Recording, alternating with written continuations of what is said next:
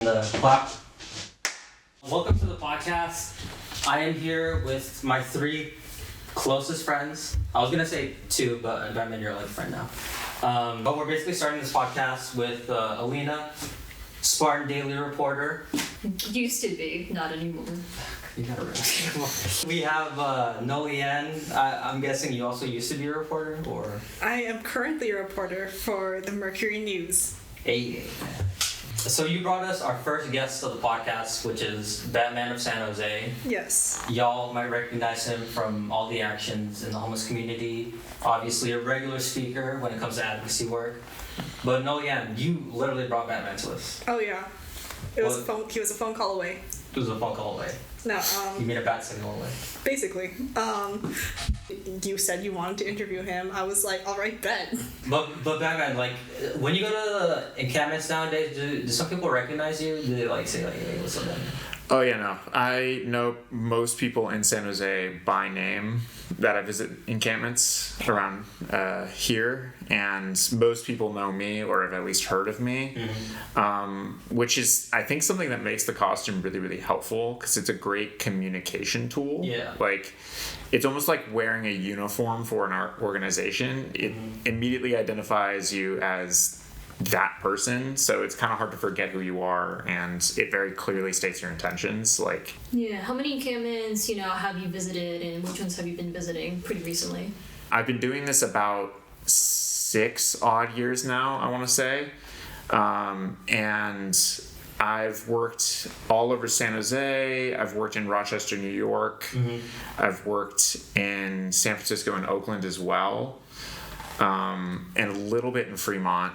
Because the problem is they're always moving. I wanted to ask, like, because you used to work in the East Coast, I wanted to know, like, do you notice any differences in, like, the unhoused encampments that you visit in Rochester versus, like, the ones in the Bay Area?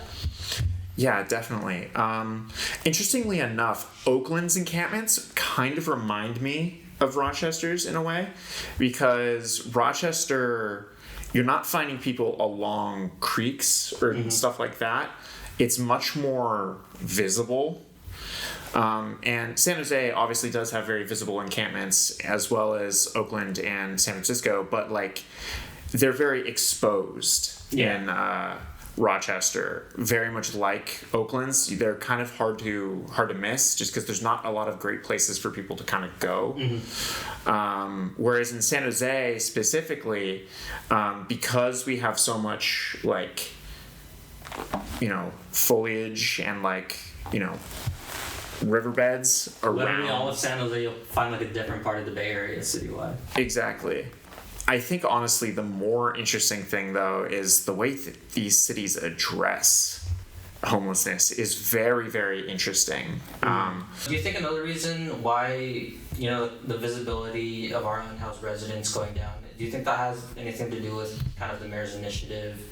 The visibility of homelessness in San Jose is going to continue to decrease as people further and further push themselves into more dangerous areas because, they're continuously being swept. If we keep kicking people out of areas, people are going to find other places to stay if they're not offered something. Sweeping people without offering a place to go and without having a place for any idea of where they're going to send people, like what they're going to do. They don't have a plan. Yeah.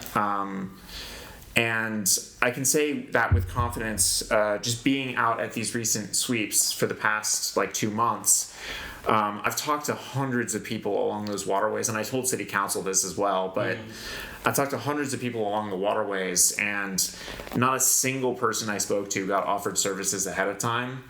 And that, to me, echoes a larger problem with the way San Jose specifically addresses homelessness, is that we can say that we're building something all day long. Like, yeah, that's true. We're building more shelter beds. We're building this. We're building that. Yeah. But until we actually have it built, that's not helping anybody. You're just kicking people around and further causing this level of distrust amongst the unhoused community. And I don't know if you guys remember this, but during the pandemic, they had kind of like I forgot if it was a court ruling or if it was a moratorium to not sweep folks unless you explicitly had housing available for them. Mm-hmm. I actually sat in on the city council meeting where they decided to start doing that again, start doing sweeps again, and housing coordinators and street medics were like, we are having such a huge success with being able to like keep in contact with people. We're actually able to maintain our connections. We're actually able to get people to their appointments on time. They did sweep underneath the 87 overpass back in like February of 2023, I want to say. They offered people housing in the Arena Hotel, and they directly moved people from that creek to the arena. That was wildly successful. I have not seen many of those people back out on the street since, but they just decided, that was like a one-time thing, even though it was wildly successful. They always do these one-time things. Like, if it ends up being successful, they don't follow up on it. Yeah, I guess it's too hard to set up places for people to go before removing people. Yeah, I actually want to take a step back a bit because I know that you're very passionate about this, and I know part of the reason why is because you understand what a sweep is or what an abatement is, and I'm hoping you could maybe explain for those who don't know. Very often they will come in and they'll post up posters and they'll say, all right, you got to be out of here by a certain time. Sometimes they'll give a lot of notice. In the worst case, I know Caltrans does this, the state. They provide like 3 days notice, And that's which is like the normal one, yeah, which is not great. That does not provide people enough time to figure something out. I want to make it very clear, like, I understand why sweeps have to happen. Like, I get the point of, like, these conditions that people are in are unsafe. Neighbors have concerns. Like, I don't want to, like, discount that if anybody watching has, like, that, like, frustration. Like, I get that. I work in these places quite often. I understand that might be something that's very concerning or feels very unsafe. And, like, I'd have to agree, like, these places are not necessarily the safest places in the world, but I would argue that encampments, in lieu of any sort of permanent solution, like, having housing available, being able to move people directly into interim or permanent supportive housing, these are really the safest places for people. Like you said, there's community there, so people can look after each other. It's more stable than somebody living on the, like, directly on the curb. Mm-hmm. Like, people have the ability to stay in a location where case managers can reach them, different outreach services can reach them. We need to have a concrete idea of where these people are to go before we move them out of these places, because otherwise, and like we're going to see after Columbus Park, one of the largest encampments in San Jose, gets swept, people are just going to move somewhere else that the city is not going to like them Where do you being think there. they're going to move? They're going to move into neighborhoods. They're going to move into the downtown area again. They're going to move deeper into the creeks and waterways, so harder to reach locations. These people are going to move anywhere that's not there, or worse, they're going to move somewhere for a couple weeks and then just come back to the same spot. Like, that's how this works. That's how encampment sweeps work. What are your thoughts on folks who, like you mentioned before, there are folks that have concerns about homeless encampments. But what would you say to folks that have those concerns, but then a proposal for, like, affordable housing or, like, a motel conversion, a proposal like that comes forward, and then these same neighbors say that they don't want that? What would you say to them? Obviously, someone in my position, I bet you'd expect me to just be immediately frustrated. And sometimes, I won't lie, it does get that way. But personally, I get it. Mm-hmm. I get it because of what the city of San Jose is telling you about homeless people. Yeah. I don't blame people for having these fears of, like, oh, what are they, these people are going to be near my children, they're going to be near my house, I'm afraid of them. Of course, there are, as in any community, there are people who are not safe people, but by and large, we're talking about a group of people that is made up of elderly people, job loss, or not being able to pay medical bills. There's a lot of single mothers with children. I work with a lot of these families directly. While I understand these fears, I would ask people to look at the statistics and look a little bit deeper into why they think these things, just to know that if you've had a bad experience with somebody, it's probably somebody having the worst day of their life. Or they just need mental health assistance. They need help and they're not getting it for whatever reason. If there are problems, if there are legal issues, we have laws to deal with people who break laws. We don't need more laws that criminalize a specific group of people or a state of being. Because like with that city council or that meeting about, was it Campbell, where people were saying that they didn't want the housing being built there recently. And it was exactly what you're talking about. It was for single mothers and exactly.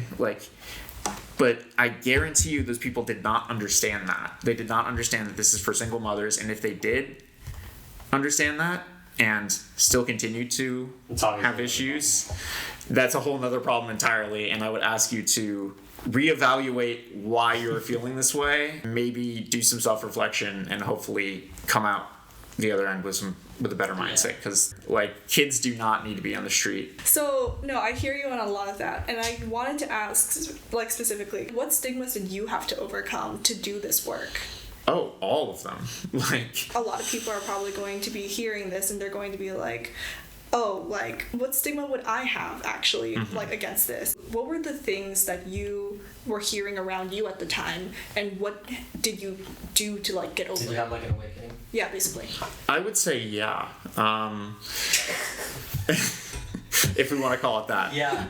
Really going well. Batman has autism. That's how it all began. Yeah, my Batman awakening. I think the thing that really got me to start looking at things differently is having a personal experience with somebody. The way I got into this whole thing is, I was in high school when I started doing this, and the first night I ever met somebody directly who was homeless, I had done service hours for school or something like that, working in a soup kitchen. So I was driving home from school this one day and I saw this person with, the hood of their car raised, something was wrong with the battery. And at the time, having had a lot of car problems myself, I figured I'd pull over and help out, just because I had jumper cables in the car, so why not?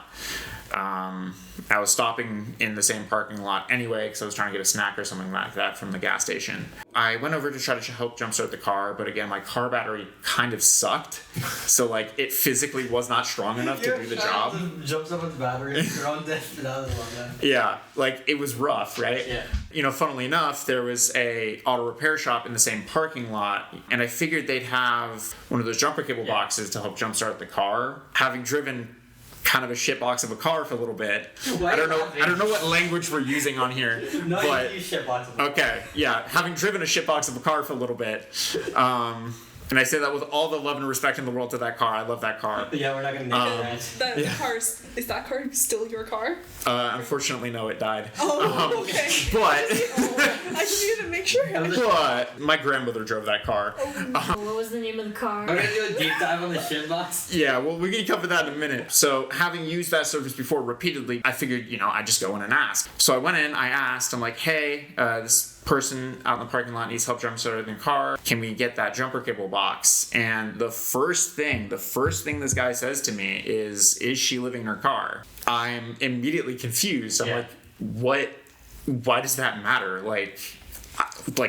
Look at me, I don't know. I just walked into this situation 10 minutes ago. Yeah. I can't help her. You guys clearly can. Mm-hmm. Can we work something out here? They said it's against company policy to help people who are living in their vehicles for whatever reason. Yeah. And,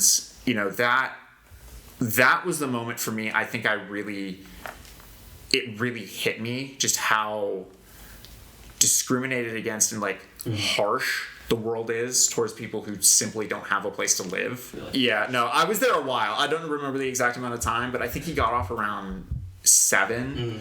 So I stayed around till 7, caught him before he ducked out the back door, and he literally in 30 seconds jump started the car. And I think the thing that really got me, as well as, you know, hearing that discrimination firsthand, was also hearing this person's response to being assisted by this person who had repeatedly denied her help, both to her face and behind her back.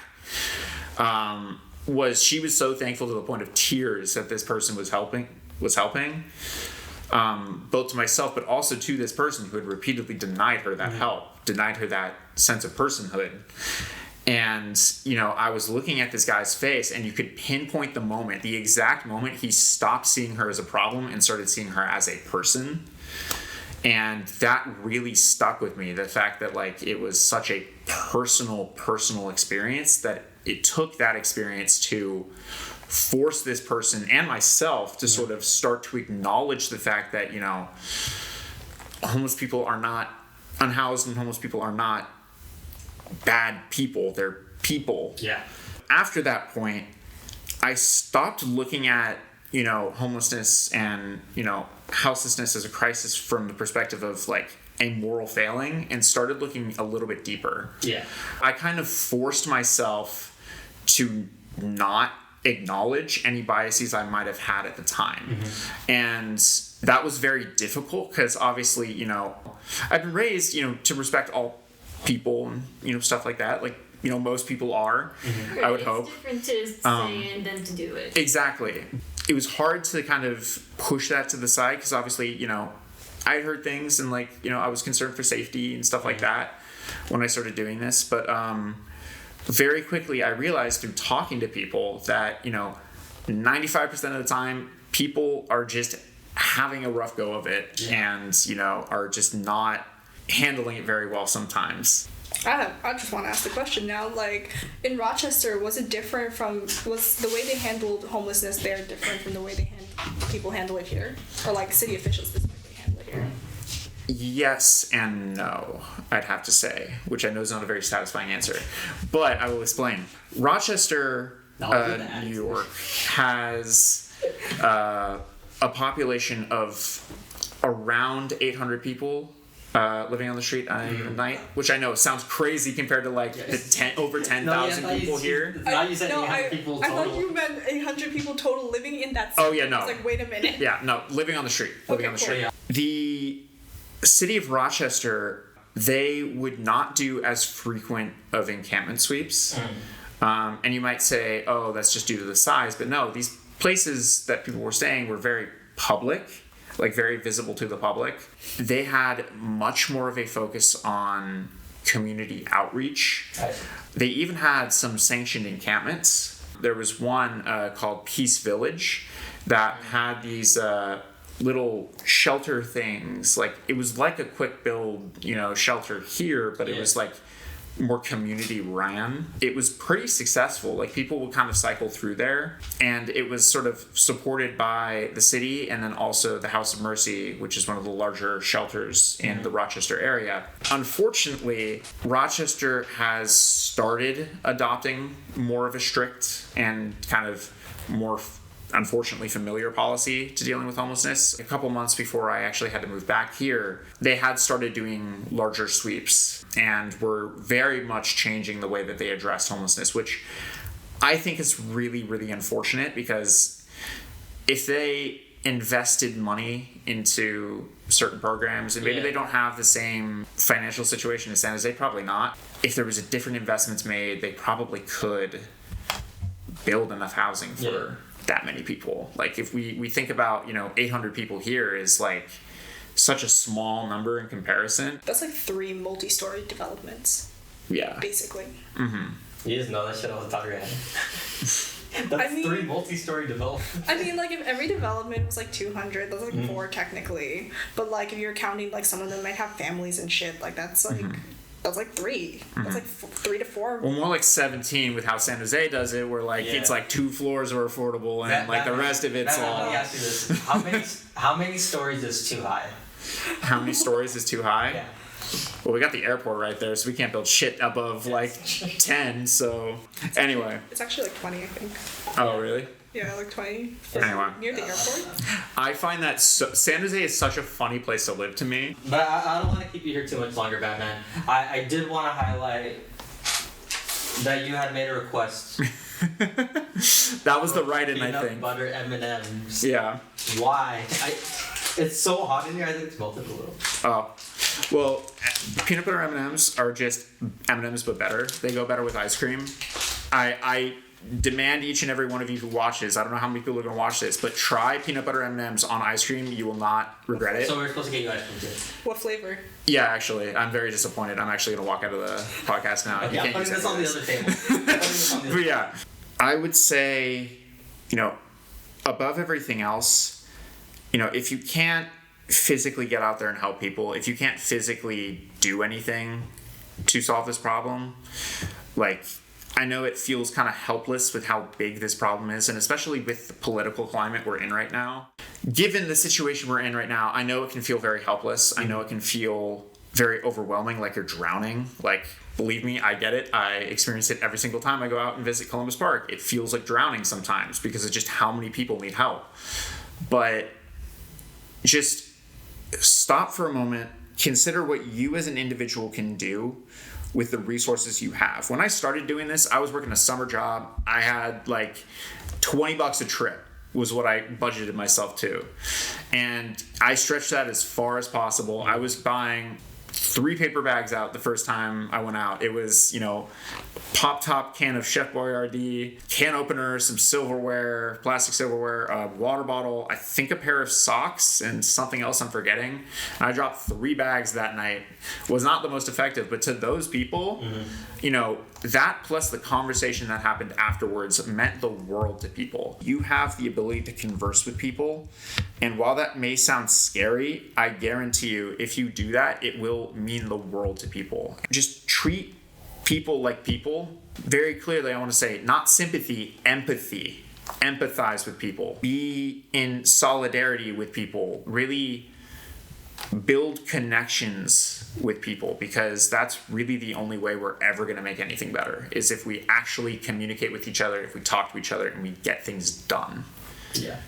Well, Batman, thank you so much.